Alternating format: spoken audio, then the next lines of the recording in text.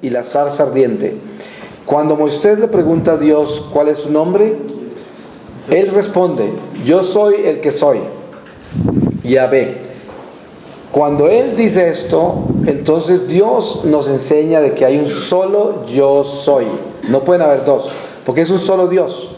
Entonces, si Dios es, ¿quién soy yo? Yo no soy. Y para que yo pueda ser, Él tiene que ser en mí. Y este es el principio de todos los principios. Si yo entiendo que hay un solo yo soy, entonces yo descubro que yo no soy. Ese es el principio ya. Y para que yo pueda ser, Él tiene que ser en mí. Por eso es que San Pablo dice eso. Ya no soy yo el que vive. Y es muy importante entender todo lo que él dice. Ya no soy yo el que vive, sino Cristo que vive en mí, o sea, el que es. Y San Juan Bautista dice: yo tengo que disminuir para que Él crezca. Y el Señor nos pide ser como niños para entrar al reino de los cielos. Todo es ese disminuirse y el dejarse a la nada para que Él crezca y aparezca. Pero mire cuál es la filosofía del mundo. Es yo soy. Es el pecado original. Es regresar al origen de seréis como Dios. Ahí está la serpiente. Yo soy. No, eso es mentira, yo no soy. Entonces, ¿cómo va a tener autoestima? ¿De dónde lo va a sacar? ¿Cómo me voy a autoestimular yo si yo no soy? Lo único que puedo tener es Cristo estima. Y es muy importante porque no se trata de uno destruir la psicología humana, sino, y todas estas enseñanzas de nuestra psicología, sino dirigirla por el camino de Cristo. La misma psicología, y enseñarle al hombre de que el estima que nosotros tenemos tiene que venir de Dios, no puede venir del hombre mismo, porque si viene del hombre mismo se diosifica y termina pensando que yo soy capaz de todo, que eso es lo que enseña el autoestima. Y todas estas técnicas de autosuperación se llaman autosuperación. O sea, yo me supero por mí mismo. Imagínense la autosuperación, ¿qué significa? Ahora, pensamiento positivo. Nosotros sabemos que el hombre debe tener una actitud positiva en la vida. Claro, ¿cómo va a tener una actitud negativa? Eso es contradictorio a nuestra fe. El hombre está lleno de esperanza, de gozo, de paz, de salud, de fe. Entonces debe creer, confiar. Esa es una actitud positiva. Pero pensamiento positivo es otra cosa. Porque miren que el hombre pretende que por pensar positivamente alcanza lo que quiere. Eso es parte de la autoestima. Es un reflejo de ese espejo de la autoestima. Lo que sigue es pensamiento positivo. Y ahora, nosotros como cristianos sabemos que Dios nos enseña que no se mueve una sola hoja de un árbol sin la voluntad divina. Entonces, ¿dónde queda el pensamiento positivo? Si es verdad que nosotros creemos que nada se mueve sin que Dios lo permita, entonces ¿tendré yo necesidad de tener pensamiento positivo para alcanzar las cosas que quiero? No, yo debo estar abierto a la fe, la esperanza, el amor, confianza en Dios y estar abierto a lo que Dios tiene para mí y hacer lo que me corresponde a mí, como dice el santo: obrad como si todo dependiera de vosotros, pero orad como si todo dependiera de Dios. Y ahí tenemos que tener ese conocimiento bien claro, que nuestro trabajo depende de nosotros, pero la oración depende de Dios. Todo depende de Dios cuando oramos, y lo que trabajamos nosotros depende de nosotros. Pero mire que nosotros tenemos que entender de que si damos cuenta que el pensamiento positivo no es una realidad, entonces se niega también la realización personal. El hombre de hoy es rápidamente budista. Ustedes se dan cuenta que, por lo menos en el medio en que yo crecí en California, la velocidad en que la gente se vuelve budista es increíble. La cantidad de colegas míos que son budistas. Y yo me pongo a pensar, ¿cuál es la razón para que el hombre sea budista?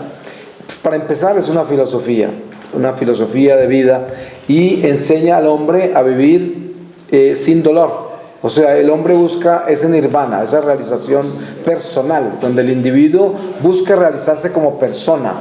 Y miren qué quiere decir esto. Ustedes han visto que dentro de toda la intelectualidad, el hombre ha buscado la piedra filosofal y busca siempre ese sentido interno de cómo realizarse como persona, no realizarse en Dios.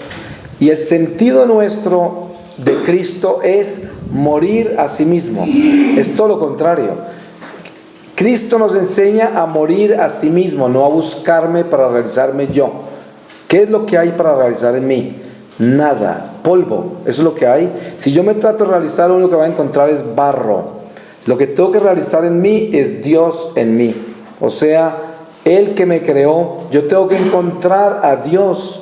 Precisamente las enseñanzas de nuestro catecismo es razones por las cuales Dios nos creó, para que aprendamos a conocerlo, a obedecerlo, a amarlo. Esa es una regla de la creación. Dios nos creó para eso.